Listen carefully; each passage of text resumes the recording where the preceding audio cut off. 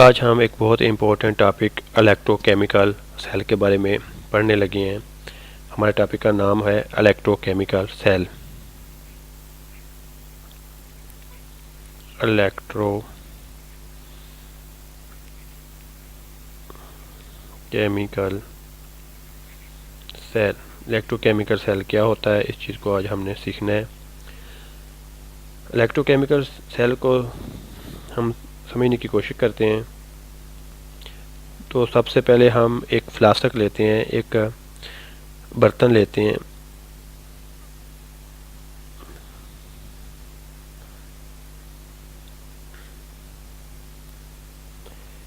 ये हमारे पास एक हम फ्लास्क लेने लगे कि शीशे का बर्तन होता है। ठीक है जी। इसके अंदर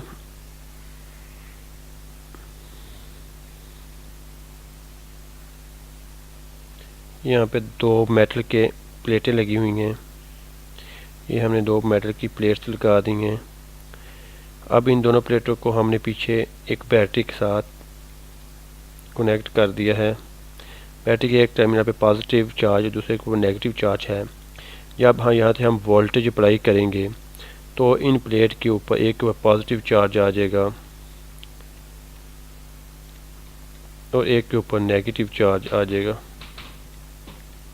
अब हम फर्क करें कि इन प्लेटों को हमने किसके अंदर डुबोया हुआ है, डिप किया हुआ है। एक सॉल्यूशन के अंदर इसको हमने डुबोया हुआ है। ठीक है।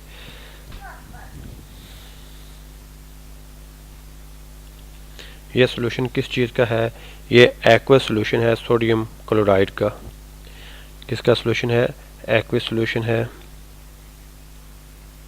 एक्वस सॉल्यूशन है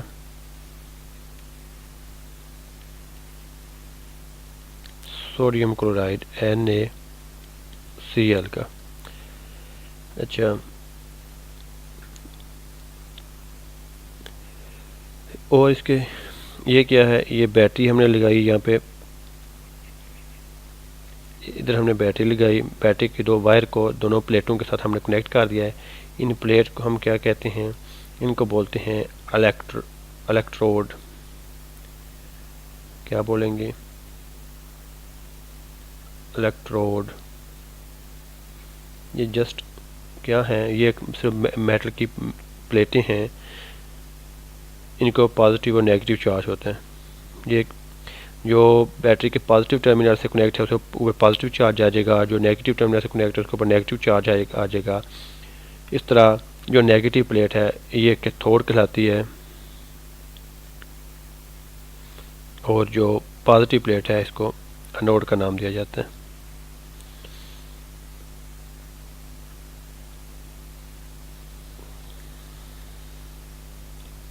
तो इस तरह ये जो सिस्टम बना है इसको बोलते हैं इलेक्ट्रोकेमिकल सेल। अब हम इसको एक डेफिनेशन से इसकी समझने की कोशिश करते हैं। Electrochemical cell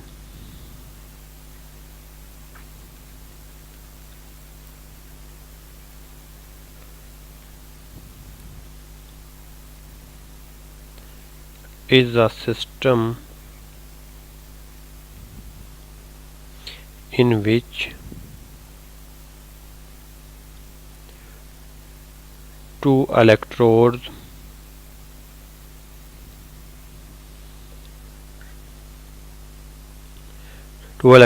are dipped in a solution of electrolyte and are connected to battery। ये जो हमने सॉल्यूशन लिया है इसके अंदर दो इलेक्ट्रोड को हमने डिप किया गया है और इसको बैटरी से कनेक्ट कर दिया, तो ये एक बन गया इलेक्ट्रोकेमिकल सेल। फिर देखें इसकी definition. Electrochemical cell is the system in which two electrodes are dipped in a solution of an electrolyte and are connected to the battery is called electrochemical cell. इसमें लफ्ज़ इस्तेमाल हुआ है इलेक्ट्रोलाइट। What is electrolyte? ये electrolyte क्या होता है? Electrolyte उस सब्सटेंस को कहते हैं जो अपने अंदर से इलेक्ट्रिसिटी को गुजरने पास होने देता है। यह एक्वस फॉर्म में भी होता है या मेल्टिंग स्टेट में हो सकता है। इसके हम एग्जांपल लेते हैं सोडियम क्लोराइड का जो एक्वस सॉल्यूशन लिया, ये इलेक्ट्रोलाइट है इस बेकर के अंदर। इस बेकर के अंदर हमने जो लिया है, ये बेकर जो हमने लिया है, इसके अंदर हमने क्या लिया है, बेकर का मतलब था बर्तन। इस बर्तन के अंदर जो हमने सोडियम क्लोराइड का सोल्यूशन लिया है, इसको एक्वस सोल्यूशन कहते हैं, और ये इलेक्ट्रोलाइट करता है क्योंकि ये अपने अंदर से इलेक्ट्रिसिटी को पास होने देता है। अगर हमारे पास यही सोडियम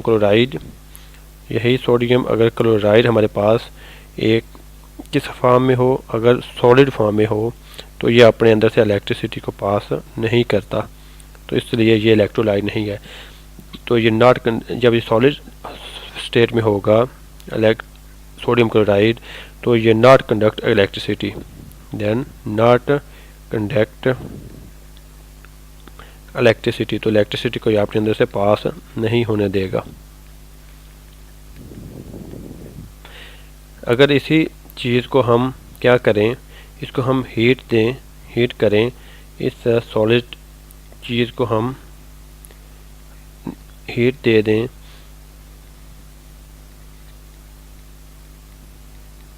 तो ये चीज़ पिघल जाएगी, मेल्ट हो जाएगी, और मेल्ट होने के पास क्या होगा, आफ्टर मेल्टिंग ये एक्वस स्टेट में आ जाएगी, मेल्टिंग फॉर्म है, तो इसमें से अब इलेक्ट्रिसिटी पास हो सकता है, तो ये इलेक्ट्रोलाइट कहलाएगा आफ्टर मेल्टिंग। ठीक है जी। जब सोडियम क्लोराइड सॉलिड स्टेट में था, तो ये अंदर से अपने से इलेक्ट्रिसिटी कनेक्ट नहीं इसमें से हो रही थी। जब इसको हमने हीट अप किया, तो ये अपनी एक्वस स्टेट में आ गया, मेल्टिंग फॉर्म में है, तो अब इसमें से जो इलेक्ट्रिसिटी है वो पास हो सकती है, तो इसको बोलते हैं इलेक्ट्रोलाइट। हर वो चीज़ substance, any substance which can conduct electricity through itself is called electrolyte. हर वो substance which can conduct electricity in their solution or melting state are called electrolyte.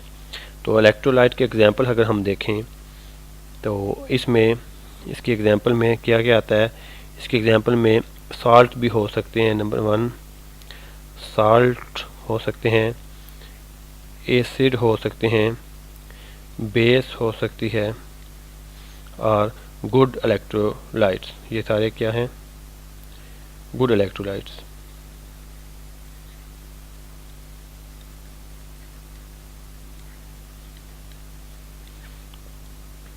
अगर इलेक्ट्रोलाइट्स की बात करें मज़ीद इस इलेक्ट्रोलाइट की, तो इसकी दो टाइप्स हैं। एक को कहते हैं स्ट्रॉन्ग इलेक्ट्रोलाइट्स, स्ट्रॉन्ग इलेक्ट्रोलाइट, एक होता है weak electrolyte.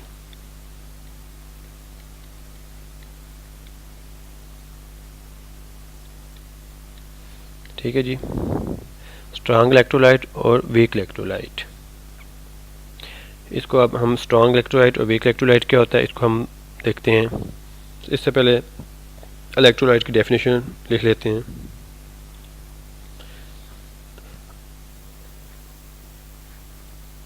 A substance which can conduct electricity in their solution or melting state are called electrolytes. इसके अगर हम एग्जांपल देखें, तो ये बेसिस भी हो सकती हैं, ये एसिड भी हो सकते हैं, और ये साल्ट भी हो सकते हैं। ठीक है, तो ये तीनों फॉर्म में हो सकते हैं इलेक्ट्रोलाइट्स। नेक्स्ट हम देखते हैं strong electrolytes. Strong electrolytes, such electrolytes which ionize almost completely in their aqueous solution or produce much more ions are called strong electrolytes. ऐसे इलेक्ट्रोलाइट सच इलेक्ट्रोलाइट्स जो प्रोड्यूस करते हैं, क्या प्रोड्यूस करते हैं, प्रोड्यूस मच आयंस, ज़्यादा ion पैदा करते हैं, much ions are called strong electrolytes. यहाँ कम्प्लीटली क्या बनाते हैं, आयोनाइज हो जाते हैं, यहाँ और कम्प्लीटली आयोनाइज हो जाते हैं इन एक्वस सॉल्यूशन, और कम्प्लीटली आयोनाइज हो जाते हैं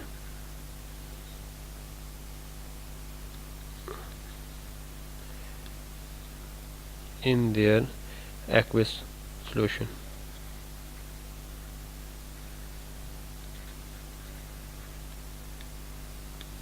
ठीक है जी। इसके अलावा होता है वीक इलेक्ट्रोलाइट। इसकी एग्जांपल हम ऐसे ले सकते हैं ये स्ट्रॉन्ग इलेक्ट्रोलाइट के एग्जांपल पे ज़रा देख लेते हैं। ये सोडियम क्लोराइड है, जब इसको हमने H2O वाटर में हमने डिज़ोल्व किया तो Na पॉजिटिव और प्लस Cl नेगेटिव ये आयन में कन्वर्ट हो गई, इसकी आयन है। ठीक है जी। तो इसी तरह एक और फॉर्म लेते हैं NaOH, एक बहुत अच्छी बेस है ऊपर। तो बेस को जब हमने इसको भी पानी के साथ इसको कंडक्ट कराया तो इसको क्या कि ये भी अपने Na पॉजिटिव और प्लस OH नेगेटिव फॉर्म में ये आयन में कन्वर्ट हो गया। इसी तरह एक और एग्जांपल लेते हैं H2SO4, एक एसिड है, इसको जब वाटर में डाला गया तो क्या हुआ, H positive ion plus HSO4 negative ion में ये कन्वर्ट हो गया। तो जितने ज़्यादा ये आयन बनाएंगे उतने ही ज़्यादा ये स्ट्रॉन्ग इलेक्ट्रोलाइट होगा। इसी तरह अगर वीक इलेक्ट्रोलाइट की बात की जाए तो ये जो वीक इलेक्ट्रोलाइट होता है ये मुकम्मल तौर पर आयन नहीं बनाता, आयोनाइज नहीं हो सकता। ना तो ये आयन प्रोड्यूस करता है, ना ही अपनी कंप्लीट अपनी एक्वा सोल्यूशन में ये आयोनाइज हो सकता है, ना ही आयन प्रोड्यूस करता है। सच इलेक्ट्रोलाइट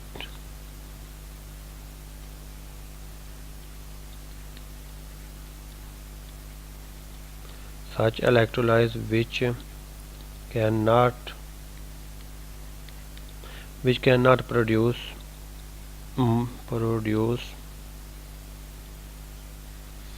more ion, ये ज़्यादा आयन नहीं पैदा करते, आयन नहीं बनाते, ना ही ये completely आयोनाइज होते हैं, aqua solution are called weak electrolyte. ठीक है। इसकी एग्जांपल अगर हम देखें तो इसके एग्जांपल में एक फार्मिक एसिड है, एसिटिक एसिड CH3COOH, जब इसको वाटर में इसमें डाला जाता है, वाटर से रिएक्शन कराया जाता है तो ये CH3CO negative plus H3O hydronium positive ion में ये कन्वर्ट होता है। तो ये मुकम्मल तौर पे आयोनाइज नहीं होता है, इसलिए ये वीक इलेक्ट्रोलाइट है। और जो ज़्यादा आयोनाइज होता है या अपनी कम्प्लीटली आयोनाइज होकर अपनी एक्वा सोल्यूशन में आयोनाइज हो जाता है या ज़्यादा आयन पैदा करता है तो उसको स्ट्रॉन्ग इलेक्ट्रोलाइट बोलते हैं। और जब स्ट्रॉन्ग इलेक्ट्रोलाइट होते हैं ये अपने अंदर से ज़्यादा इलेक्ट्रिसिटी को कंडक्ट करते हैं। जो वीक इलेक्ट्रोलाइट होते हैं ये अपने अंदर से कम इलेक्ट्रिसिटी को कंडक्ट करते हैं, यानी कि गुजरने देते हैं इलेक्ट्रिसिटी को। इसके अलावा नॉन इलेक्ट्रोलाइट होते हैं जो बिल्कुल ही अपने अंदर से इलेक्ट्रिसिटी को पास नहीं होने देते और ना ही ये आयन बनाते हैं। इसकी एग्जांपल है शुगर सोल्यूशन हो सकता है या बेंजीन इसकी नॉन इलेक्ट्रोलाइट्स की एग्जांपल हो सकती है। ठीक है जी। एक स्ट्रॉन्ग इलेक्ट्रोलाइट होता है, एक वीक इलेक्ट्रोलाइट होते हैं और कुछ क्या होते हैं नॉन इलेक्ट्रोलाइट्स। लेकिन इलेक्ट्रोलाइट होते ही नहीं, तो जो इलेक्ट्रोलाइट होते ही नहीं वो क्या कहता है, वो अपने अंदर से इलेक्ट्रिसिटी गुजर नहीं देता क्योंकि वो आयन में कन्वर्ट नहीं होते। इनकी एग्जांपल में बेंजीन आता है। ठीक है जी। Benzene are non electrolytes. अगर आपको ये वीडियो अच्छी लगी है तो इस वीडियो को लाइक करें, दोस्तों के शेयर करें, चैनल को प्लीज़ सब्सक्राइब करें। Thank you.